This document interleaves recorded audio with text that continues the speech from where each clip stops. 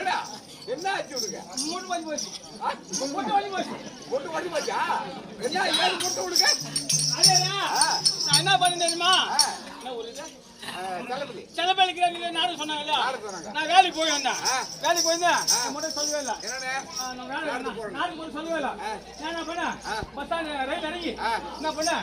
4 முட்டை வாங்கினேன். 4 முட்டை. ஆமா. ஏடா 4 முட்டை? 4 முட்டை தெரியுமா? எனக்கு ஒண்ணு, என் முன்னாடி ஒண்ணு, எங்க பசங்க 2 ஒண்ணு.